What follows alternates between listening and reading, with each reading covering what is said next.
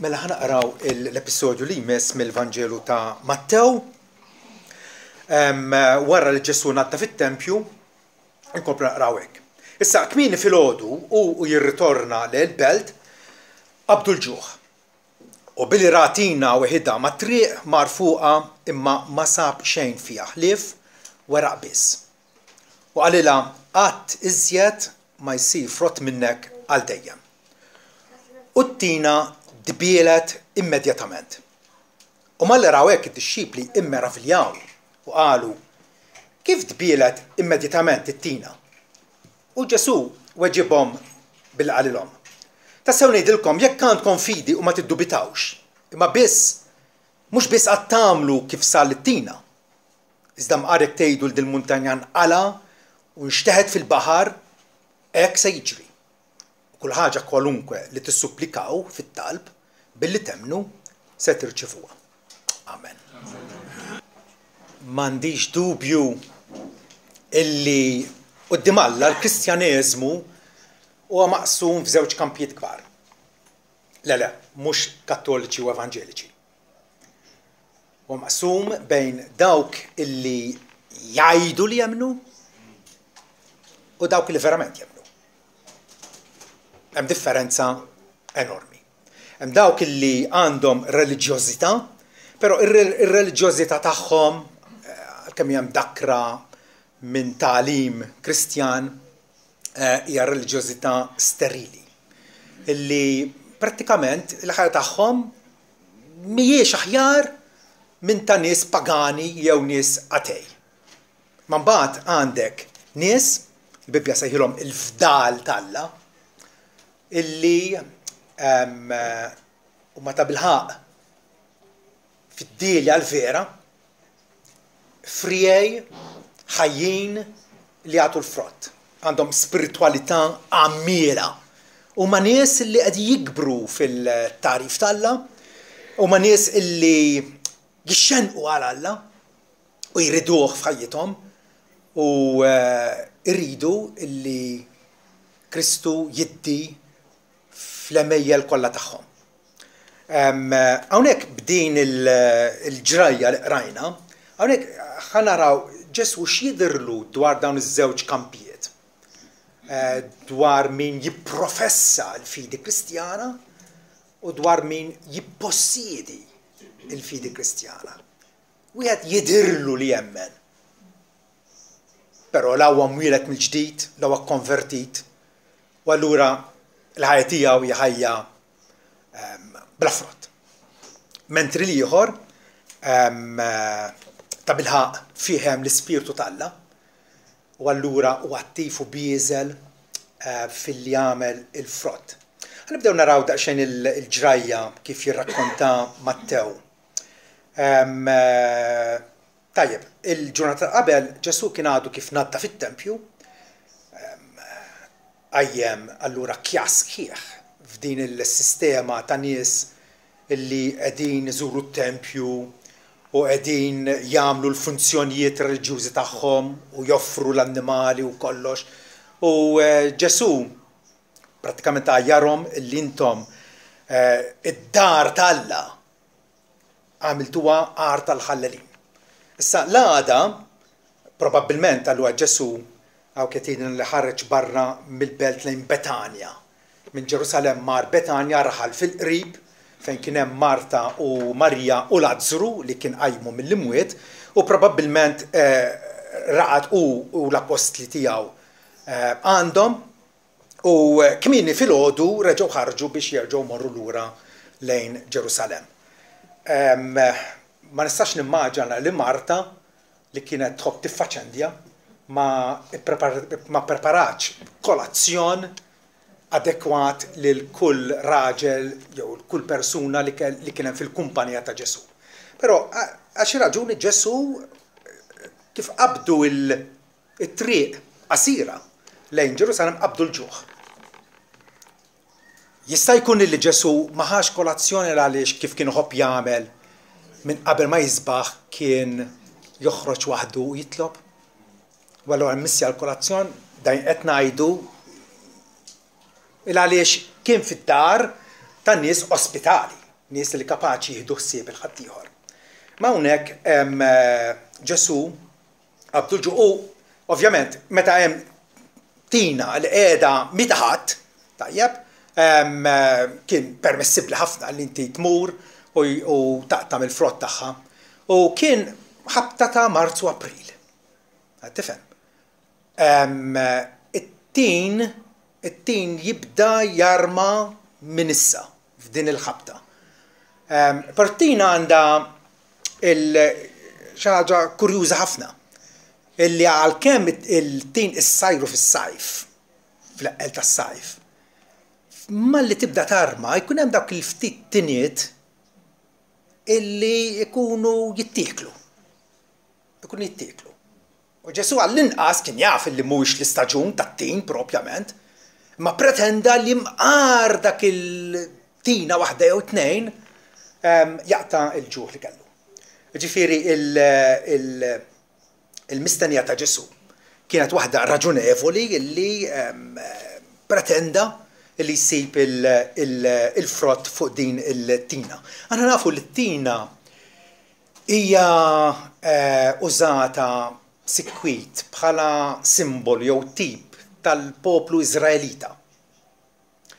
Il-profeti Iżajja, Ġeremija, Ħosea, Ħabakuk, ħafna profeti qablu lil poplu tal-Iżrael ma' tina jew ma' dilja. Okay? U allura hawnhekk qudiem da xenarju Ġesu fejn is-soltu kien jgħid parabboli jew stejjer biex jgħallimna bl-ilsien, darba l-istorja it-tagħlima ta' blazzjoni, bl-jagħmel. Okay? Issa hija parabola irreċtata, fis-sens ma' irreċtat biex aħna nieħdu it-tagħlima, xrid ifisser. Il-Bużilli huwa hawnhekk. Ġesu ippretenda illi din it-tina ikun fiha mqar ftit frott. Imqar ftit frott. Okay? Frattant ma sabx. U din hija l-istampa preċiżament tal-istat spiritwali tal-Lut fi żmienu. Il-Lut kienu fissati fuq il-ċerimonji tat-tempju, fuq ir-ritwal estern, fir-realtà però kienu nieqsa minn kull spiritwalità, ma kellhom ebda relazzjoni, ma kinux fil-patt malla, ma kinux mexjin malla fir-realtà. Ipokrezija lampanti, Ġesu darba qal li meta titlob tmux f'salib it-toroq biex jarak kulħadd. Itlob fil-kamra privata tiegħek. U missierek li jisma' fil-moħbi mbagħad irodlok fil-beraħ. U anke meta ssum toqgħodx tagħmel ovvja li qed issum, tkerraħ wiċċek. U l-istess ħaġa meta tagħti karità, mhux għafi toqgħod iddoqq it-trumbetta biex kull nies iħarsu lejk. Ma dak kien propjament l-istat tan-nies fi żmienu, li qegħdin jagħmlu dawn l-opri tajba, però b'ipokrezija lampanti. Dana xi ħaġa li anke b'dispjaċir kolli ngħid li naraw anke f'pajjiżna llum il-ġurnata x'vera. Reċentament fil-festa tal-Eid, purċissjonijiet, galor b'dawk il-karattri bibliċi, vera jew le, u dik il-ħafna kostumi sbieħ, u kulħadd qed jipparteċipa, u l-ħasil tar-riġlejn. Ġesu ħasel riġlejn, għaliex il-saqajn tal-apostli kienu maħmuġin bit-torba. Illum jagħmluha bħala ċerimonja. Tix tiswa dejn. Vera affarijiet li xin taħsibhom iniktuk ħafna. Għaliex għandek show estern sabiħ u impressjonanti. Pero xin tiġi biex tasar ma ssib xejn. L-istess ħaġa l-astinenzi li jsiru, l-axxetika, għami billi qed iġġor katina minn hawnhekk sammek. Marbuta ma saqajk tul it-triq. Mela Ġesu ma pattix biżejjed għadnu biedna. Xi toqgħod taħseb tgħid reliġjożità illi statwi, id-duluri, l-idea tad-dulurija smajta fuq il-radju, jinkum fil-ċina u smajta fuq il-radju. għalkemm mhix festa kmandata. Però huwa irrakkomandat illi llum tnaqqas mill-vizzi tiegħek tas-soltu. Illum u 364 ġurnata l-oħra tas-sena.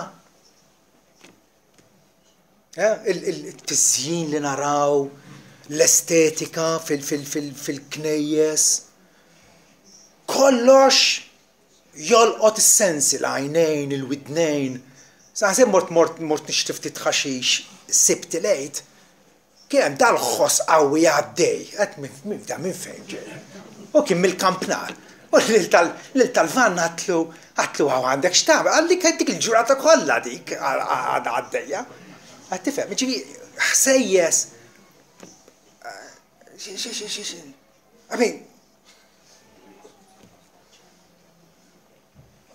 Ġifiri, anke namlu noise pollution fissam il-reliġjon. Ma xintejt ma dawn l-affarijiet, dawn li jrid Alla minna. Darba l-lut għallhom tirfsux iżjed fil-btieħi tiegħi tat-tempju. Min id-domanda tas-sakrifiċċju minnkom? Idejkom mimlin bid-demm. Alla jrid l-indiema. Mhux ix-show, mhux il-li. Ġifi Ġesu meta resaq l-tina u marfuqa u ma sab xejn ħlif weraq biss, dik hija propjament l-istampa, dik hija l-esperjenza ta' Ġesu li għal sena wara l-oħra kien qiegħed jesperjenza bdieqa kbira, vera?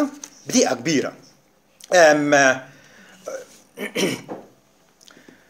Darba Ġesu nnifsu kien għal parabola f'Luqa 13. Jgħid li ċertu raġel kellu tina, istess tip ta' siġra, tina mħawla fil-vinja tiegħu u ġie jfittex il-frott fuqha ma sabx. U qal il-ħaddiem fil-vinja ara, inni 3 snin niġi nfittex il-frott f'dit tina u ma nsibx. Issa l-esperjenza ta' Ġesu vera li ġie fi ħwejġu u nisu ma laqgħux. Minix insib frott f'din it-tina, taħħa mela, għalfejn saħansitra qed taħli l-art. Imma hu jieġeb bil-qalu Sinjur, ħalli għad is-sena wkoll sakemm nażaq madwara inti għad-demel u jekk tagħmel frott tant l-aħjar. Jekk le, taħħa. Parabola li turina is-sabar t'Alla. Alla idum jissapportina. Idum f'dak il-sapportu fit-tul tiegħu qiegħed jistedinna biex induru lejk bl-indiema. U nibdew nagħmlu l-frott, Ġwann il-Battista mhux hekk qal għamlu l-frott mela li jixraq l-indiema. U tgħidux aħna uliet Abraham għax Alla kapaċi minn dal-ġebel jaqajjem uliet l-Abraham. Meta kienu nies tant orgoljużi bihom fushom, mkabbrin bihom fushom għax huma dixxendenti ta' Abraham, tajjeb, l-istess ħaġa tmur tkellem xi ħadd u jgħidlek imma jien Kattoliku. Bħalli kieku għax inti Kattoliku ġifier qiegħed fis-saltna t'Alla. Bl-istess mod, jekk inti tgħid li jien Evanġeliċu ma jfissirx bil-fors inti fis-saltna t'Alla. Ġesu qed jgħidilna hawnhekk il-ħaġa l-evidenza konkreta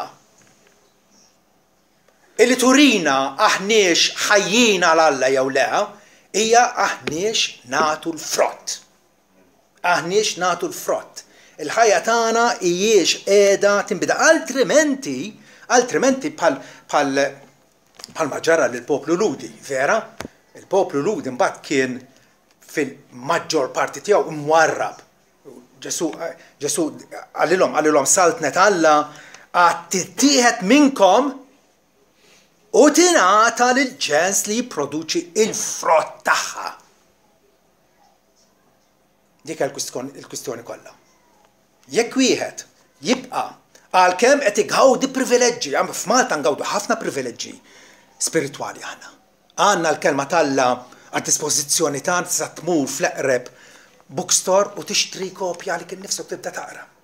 Vera jew le? L-opportunitajiet huma tremendi, imma x'użu qegħdin nagħmlu minn dak l-opportunitajiet. L-Ebrej kapitlu 6 jgħidilna illi l-art li tixrob ix-xita li tinżel sikwit fuqha u trott veġitazzjoni utli għal dawk li meħabba fihom jew wkoll ikkoltivata, tirċievi barka minn għand Alla vera jew le. Jekk għandek wejba raba u tagħmellek id-dullieħ, tajjeb, hija għalqa mbierka. Imma jekk tipproduċi xewk u għollieq, issir bla fejda, issir inutli u qrib li tkun misħuta fl-aħħar tispiċċa maħruqa. Alla is-sabar tiegħu, il-paċenzja tiegħu hemmhekk qiegħda, ċertament hemmhekk qiegħda. Ma qiegħda hemmhekk biskop, mhux biex nabbużaw minnha, imma biex infittxu nduru lejh bindiema vera. Ġesu hawnhekk allura jikxef l-ipokrezija ta' dawn in-nies li jidhru li qed jipproduċu l-frott, infatti s-siġra kienet mimlija weraq. Għabiex intara mill-bot, wow, x'siġra sabiħa tin. Imma siġra tat-tin xogħla x'inhu? Għajdu li intom. Xogħol wieħed għandha li tagħmel il-frott. Li tagħmel il-frott. Altrimenti tispiċċa kif infatti Ġesu għamel ippronunzja l-ġudizzju u s-saħħa tiegħu fuq. U l-uniku miraklu ta' Ġesu ħansejħulu negattiv fejn is-soltu. Ifejjaq l-omja, l-torox, l-tsopo, paralitiċi, imġidmin u jagħtihom is-saħħa lura u saħansitra qajjem in-nies mill-mewt, dit-darba siġra tat-tin tisfa' is-saħħtjata. Għal darba oħra stampa ta' xiġrilhom dawk in-nies illi imkabbrin bihom fushom jaħsbu li ħadd ma jista' jmisshom. Ġesu seħet ittina anke matul il-ministeru tiegħu għalilhom kemm il-darba. Sewwa tkellem Iżajja il-profeta dwarkom ja nies ipokrita għalilhom. Għaliex intom tqimuni bix-xoftejn mentri l-qalb tagħkom hija l-bogħod minni. Din hija s-sitwazzjoni tagħna llum. Illi nersqu l-Alla bix-xoftejn ma l-qalb tagħna mhix mogħti għalilu. Il-qalb tagħna għadha ġerrejja, għadha tfittex affarijiet oħra mhix bħal ta' David. Qalbi tixxenna għalik bħal ċerva fid-deżert li m'għandix ilma tixxenna għalek l-ilma. Dil parabola hija viżiva, parabola nistgħu narawha, tajjeb ta' sebixxi l-tfittxija deżappuntata ta' Ġesu għal frott ġenwin ta' qima, talb u ġustizzja, għejxin ġust quddiem Alla. Fil-qima kienu korrotti vera, sa il-ġurnata ta' qabel daħal fit-tempju u għalilhom it-tempju ta' Alla għamiltu ħar tal-ħallelin. Il-qima ta' Alla li kapaċi tisfa korrotta għall-aħħar minna l-bnedmin. Tiżjed ma jsir frott minnek għal dejjem. Għaliex meta Alla jagħti opportunità, wara opportunità, dak li kun jibqa' jibes. Jassal dak il-jum meta l-ġudizzju tal-Alla jaqa' fuq dak l-individwu. Min ma jagħmilx frott spiritwali huwa ċertament imwissi. Huwa mwissi. Bil-periklu però li jkun imqaċċat bla rimedju. Ikun imqaċċat mingħajr ebda fejqan. Is-siġra tat-tin tat impressjoni ta' produttività kbira. Fil-fatt ma kellix frott. Int għandek frott. Int. Mingħajr ma toqgħod tħares lejn ħadd ieħor u tipponta lejn ħadd ieħor, int għandek frott. Dik mistoqsija li tinsaqsija jien u tistaqsija int individwalment għalik innifsek. Kwistjoni kollha għandniex frott. Meta id-disċipli difatti l-għada rawa nixfa, jekk taqra il-verżjoni ta' Marku jagħtina aktar dettalji f'dal każ. U meta raġaw rawa l-għada fil-għodu, Pietru skant għallu mallem, kif nixfet it-tina. Okej, kif dbielet immedjatament it-tina. U Ġesu jieħu l-okkażjoni mill-fatt li dan huma qegħdin jiskantaw u mnixfin x'ġara mit-tina fid-daqqa u l-ħin. U Ġesu jieħu l-okkażjoni biex jgħallimna kemm huwa importanti jekk irridu nagħtu l-frott lill-Alla. Irridu nafdawh. Irridu nafdaw fih. Irridu nafdaw f'Alla biex ineħħi kull ma jfixkel mill-ħajja tagħna xa għandna ħafna tfixkil. Għandna ħafna aljenazzjonijiet. Għandna ħafna ostakli sabiex il-fiduċja tagħna tkun fih il għaliex huwa l-Ispiritu Santu li jipproduċi l-frott tiegħu fina. Allora jgħidilhom jekk tassew ngħidilkom jekk għandkom fidi u ma tiddubitawx. Mhux biss qatt tagħmlu kif sar lit-tina, iżda mqarek tgħidu l-muntanja nqala u nxteħed fil-baħar, hekk se jiġri.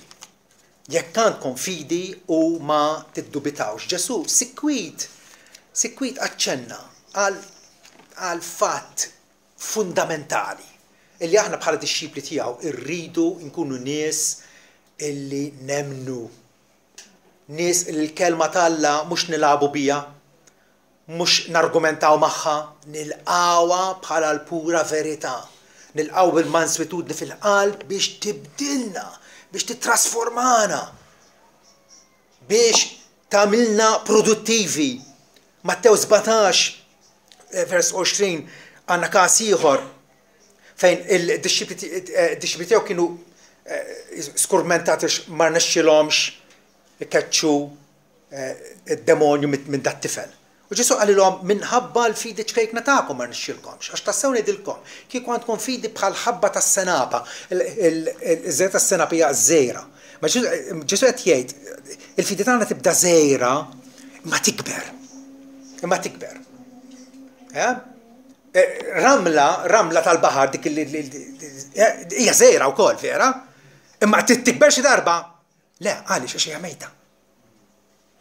Imma żerrija tas-senapa għalkemm hija żejra tikber. Kieku għandkom fidi bħal ħabba tas-senapa tgħidu l-muntanja warrab minn hawn għal hemmhekk u titwarrab u xemma jkun impossibbli għalikom. Għal darb'oħra Ġesu qed jitkellem b'mod iperboliku. Qiegħed ipenġilna illi għal min jemmen ħajtu mhux biss tagħmel dak iż-żewġ frottijiet l-awlin, imma tfur bil-frott. Lilin mill-immaġinazzjoni tagħna.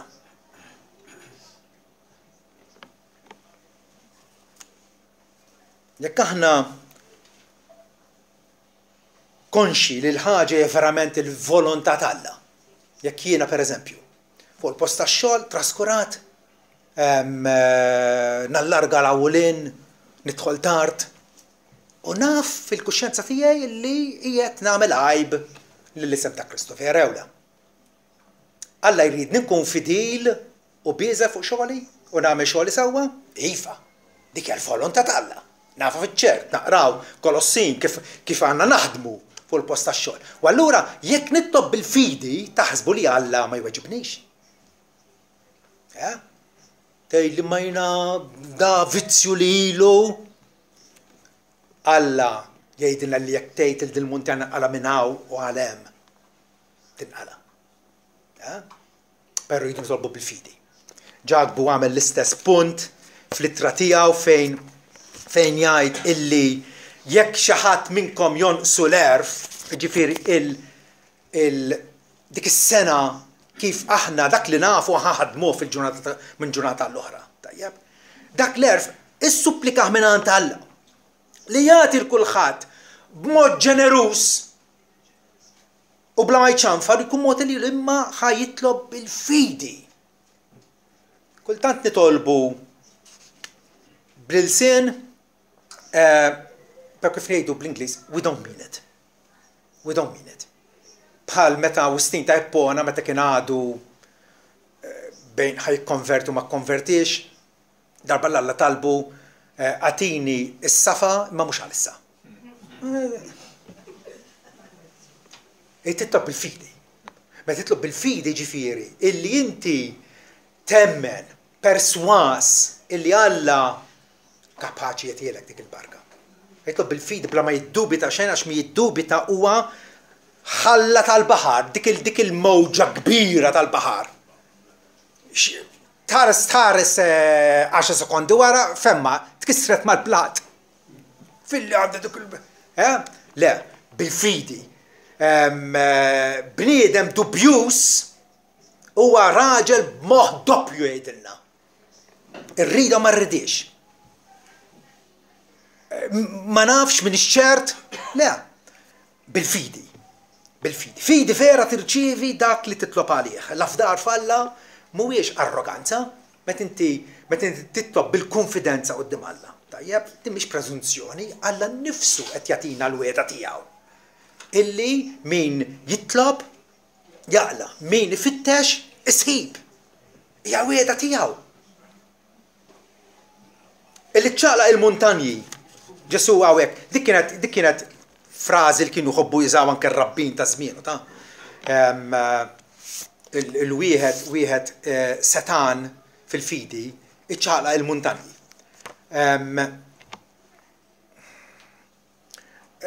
Darba kien hemm din il-mara xwejħa u rat hawnhekk f'Mattew u qalet insomma jekk tgħid il-muntanja u dafatti kieku tawlet mit-tieqa tas-salot tagħha fl-isfond kien hemm muntanja u qalet ħa nippruvaha. Muntanja inqala minn hemm u mhux taħet il-baħar. U l-muntanja baqgħet hemm. U qalet ħsibtu jien. Ħsibtu jien, qalet. Ġesu ovvjament qiegħed juża stampa dinamika ħajja biex ifehmna punt. Biex ifehmna punt.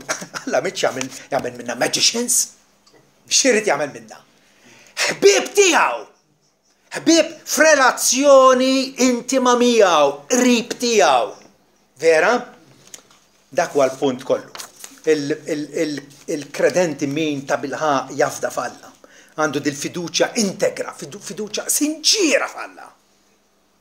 Jista' jkollu l-konfidenza illi jikseb u jwettaq imqar dak li fajneħ jidher impossibbli.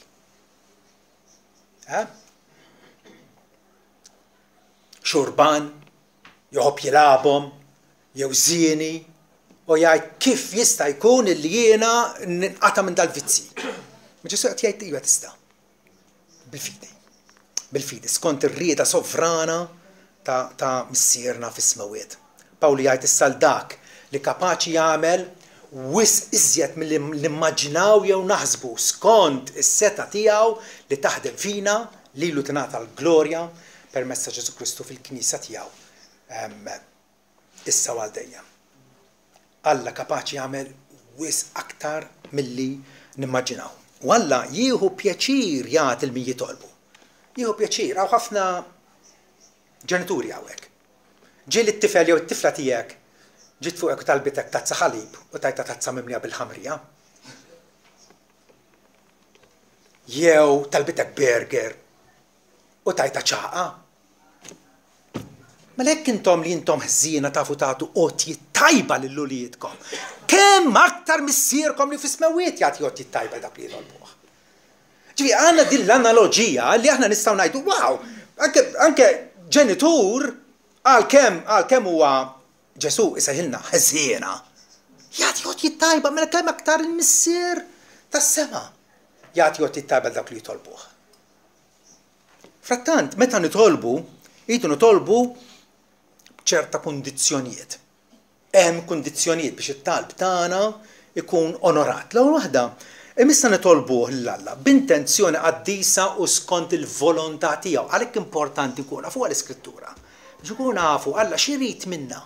Pawli jgħidilna fl-Efesin 5, fittxu li tkunu tafu x'inhi r-rieda ta' Alla. U r-rieda ta' Alla mhux dak li jaħseb moħħok. Jew dak li qalulek in-nanna u t-siju Feliċ. U lanqas dak li huwa popolar fil-kultura tiegħek, ir-rieda ta' Alla ssiba minn dal-ktieb qaddis. biex imbagħad titgħallem titlob skont ir-rieda, jiġi titlob għal ħwejġ li jaqblu mar-rieda tal-Alla. L-ewwel Ġwanna 5 vers 14. U din hija l-fiduċja li għandna qudiemu jgħidilna l-Apostlu. Il jekk nissupplikaw xi ħaġa skont ir-rieda tiegħu, in tarawha il-kondizzjoni mhux nitolbu xi ħaġa b'kapriċċ għad-doċċ ma skont ir-rieda tiegħu. Alla jismana. U jekk nafu li jismana fi kwalunkwe ħaġa nissupplikaw, nafu illi għandna s-suppliki, għandna t-talba illi nkunu tlabna minn għandu. Alla jonora dik it-talba. It-tien ħaġa. Meta nitolbu, irridu nitolbu f'isem Ġesu. F'isem Ġesu, ġifieri bl-awtorità tiegħu u qegħdin nitolbuha għal ġieħ u l-unur tiegħu. Tiegħu. Mhux għall avvanz personali tiegħi. Tgħid ma jiena hemm dal-vizzju nixtieq naqtaw. Iva, meta taqta' l-vizzju inti qed tonora l-Ġesu sidek. Qed tonorah. Ġwanni 14 Ġesu jgħidilna kull ma tissupplikaw f'ismi dan se nagħmel sabiex il-missier ikun glorifikat fl-iben. Jekk tissupplikawni kwalunkwe ħaġa f'ismi, jien se nagħmilha għal darb'oħra Ġesu jiftaħ il-bib beraħ. Jekk tissupplikaw kwalunkwe ħaġa f'ismi, ma jfissirx il nista nissupplikaħ li ħammurniħu biljett fil-lotterija u issa rebbaħni. Għaliex, dik hija xi ħaġa illi turi r-rejba tiegħi. Mhux qed nfittex l-unur tal-Alla. Vera jew le, qegħdin niftehmu. Irridu nitolbuh f'ismu biex il-missier ikun magnifikat fil-ħajja tagħna. It-tielet iridu wkoll nitolbu. Nkunu assigurati ninsabu f'relazzjoni tajba mal-proxmu tagħna, mal-mara, mat-tfal, ma' sħabi fuq ix-xogħol, u jekk jien miksur ma' xi ħadd, irrid nagħmel l-almu tiegħi biex nirrikonċilja.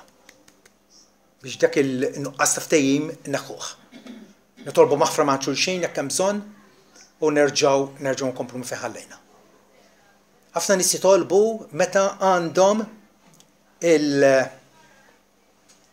il-lanżit għal ħaddieħor. Meta għandhom il-mibeda għal ħaddieħor. Ftit ġurnatilu konna funeral u il-mara ta' ġembna tawa bukket fjuri biex iġġorru sa barra li kien jirrappreżenta waħda mill-organizzazzjonijiet lokali. U ħaset leħ kien hemm il-tabella u qalet tawni kemm nobodhom. Smajna budnejna. U qiegħda fit-tempju tal-Alla titlob. Dan li qed iwissina Ġesu dwaru. Propjament dan. Il-nuqqas ta' maħfra meta f'Marku 11 jgħidilna kull meta toqgħodu bil-wieqfa biex titolbu aħfru jekk għandkom xi ħaġa kontra xi ħadd sabiex missierkom fis-smewwiet ukoll jaħfer l-offiżi tagħkom. Kondizzjoni oħra hija li rridu nibqgħu f'xirka ma' Ġesu, rridu nibqgħu fi ħbiberja miegħu. Mhux ngħid minn ġurnata l-oħra ta' laqas minn siegħa l-oħra, mument b'mument.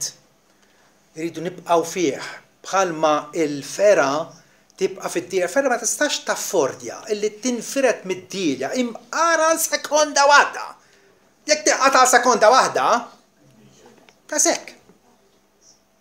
Ġesu jrid jekk tibqgħu fija jgħidilna Ġwanni 15 vers 7, jekk tibqgħu fija u kliemi jibqa' fikom, suppplikaw jew itolbu kwalunkwe ħaġa li tridu ssirilkom. Ekku, Alla jonora lil Ġesu dejjem u jonora lil ħbieb ta' Ġesu. Il-dawk li jimxu fil-qrib miegħu. Ukoll rridu meta nitolbu ma nitolbux żmerġ. Aħna ħafna drabi nitolbu b'motivi ħżiena għall-interessi tagħna. Ġabbu jgħidilna tissupplikaw u ma tirċevux. U żgur ma tirċevux għax tissupplikaw b'motivi ħżiena sabiex tonfqu fuq il-pjaċiri tagħkom.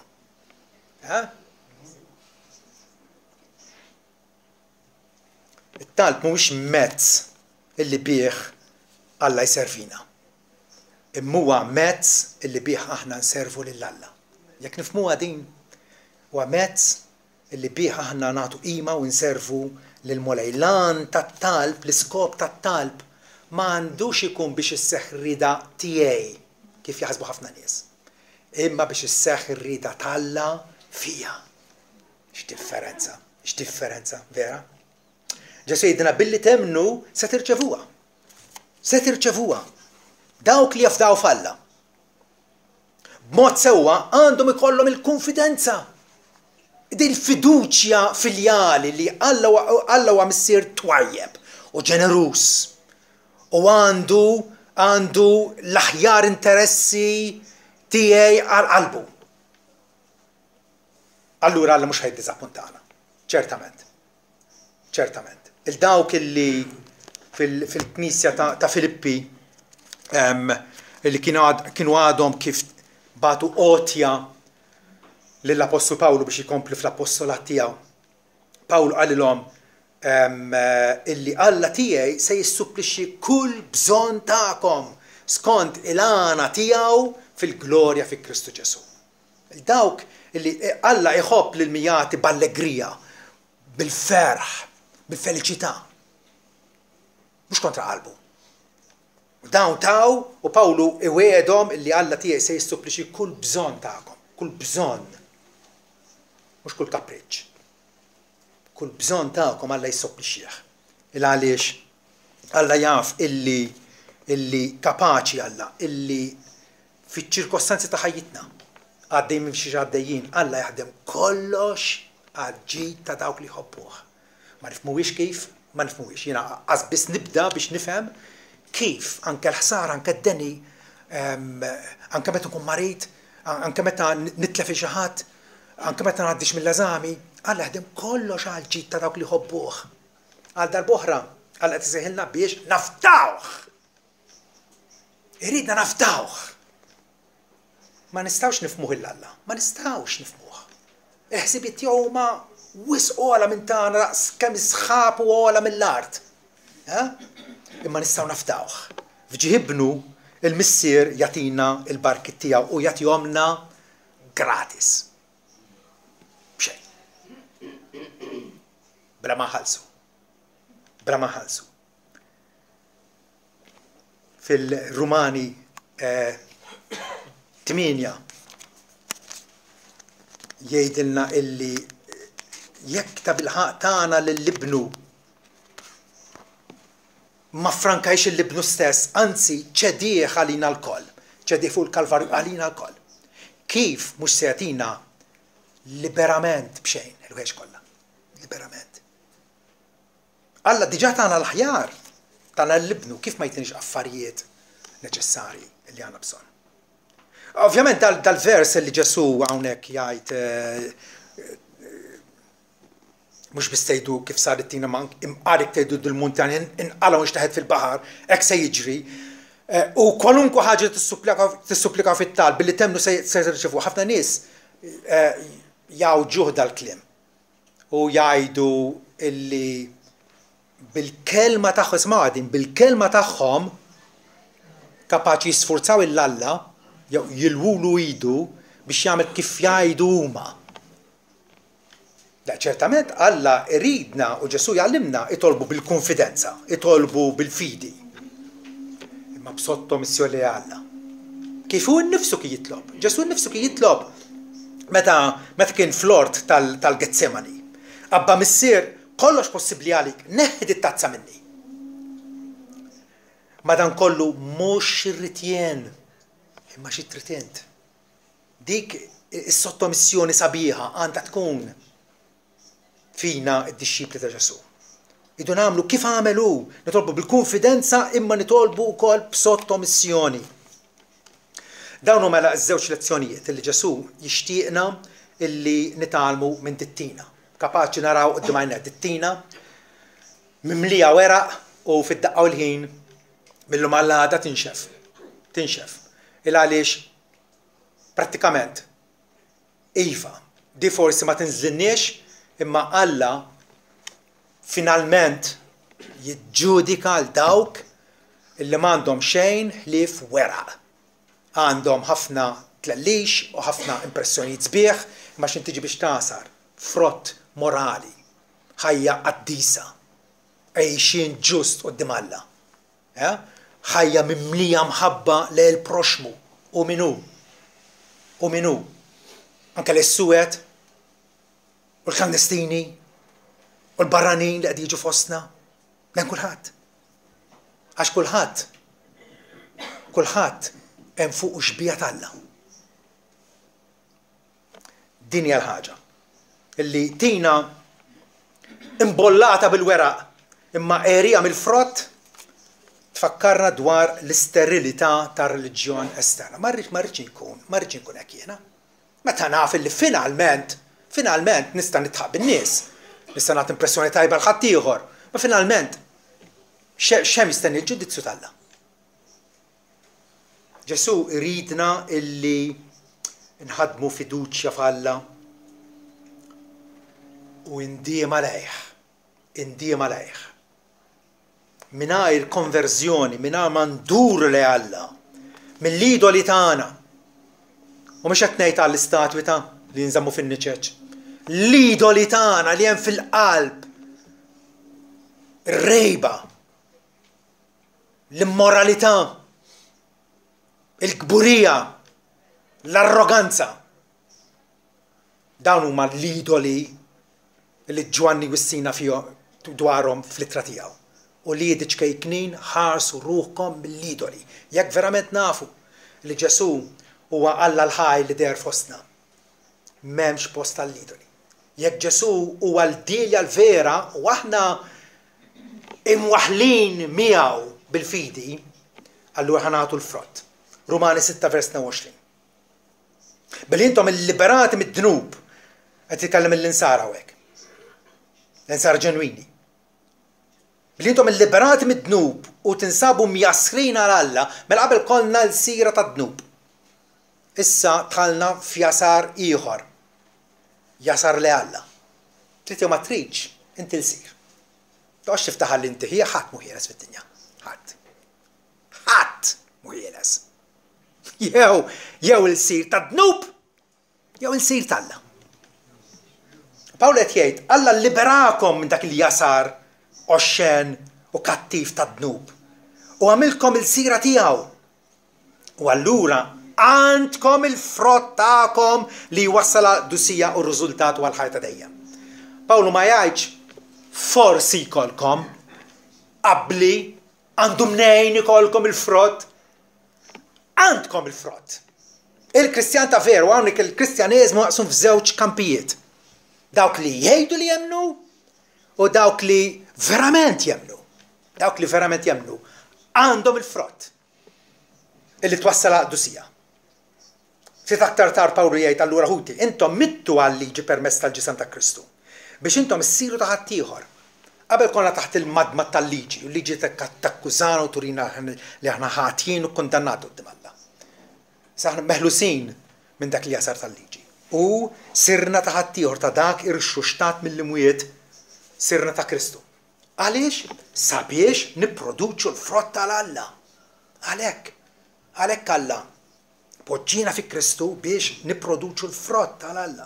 U t-tieni ħaġa, il-weda tas-Salvatur tfakkarna illi l-produttività reali aħna nkunu verament produttivi bħala riżultat ta' dipendenza ġenwina f'Alla.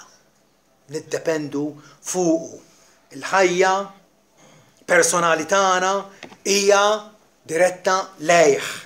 It-tali fidi is-sebbaħ glorifika lill-Missier. Meta aħna minn ġurnata l-oħra nimxu b'fiduċja lejh. Ismgħu xejn Ġesu fi Ġwanni 15, vers 8.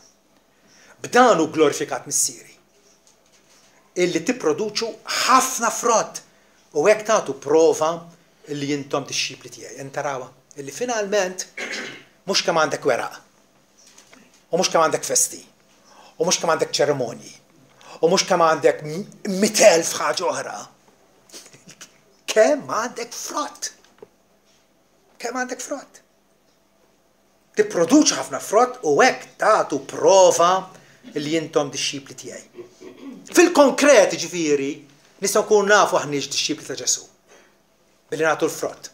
U min qed jagħti l-frott għal Alla nista' nassigurak ma' ħaġa waħda. Mhuwiex kuntent b'kemm qed jagħti. jixtieq jagħti aktar u aktar u aktar. Palma Pawlu qal lit-Tessalonkin, għalhom intom ta' bil-ħaq qegħdin tħobbu lill-aħwa. Imma aħna neżortawkom biex tagħmlu dan aktar u aktar. Min daq, duqu waraw kemm hu ħelu l-mulej, kemm hu twajjeb il-mulej. Min daqu l-mulej mhux ħajkun kuntent bil-ftit, mhuwiex ħajkun kuntent bil-ftit. Ħajxenna għal aktar frott, għaliex dak il-frott jimmanifika isebbaħ l-Alla. Bħal Marija nkunu kapaċi ngħidu ruħi tkabbar lill-mulej u l-ispirtu tiegħi jitenna falla s-Salvatur tiegħi min għandu fida ħajja. Falla ifittex illi jimmanifikaħ kif billi jagħti il-frott tal-imħabba, il-ferħ, is-sliem, il-lewwa, l-umiltà, il-manswitudni, il-fedeltà, ir-rażna fuqek innifsek. Dawn huma l-affarijiet li juru fit-der li jagħtu prova konkreta li aħna verament nappartienu għal Ġesu Kristu, li ta' bilħaq għandna l-maħfra tiegħu, li ta' bilħaq ninsabu fis-saltna eterna tiegħu. Amen.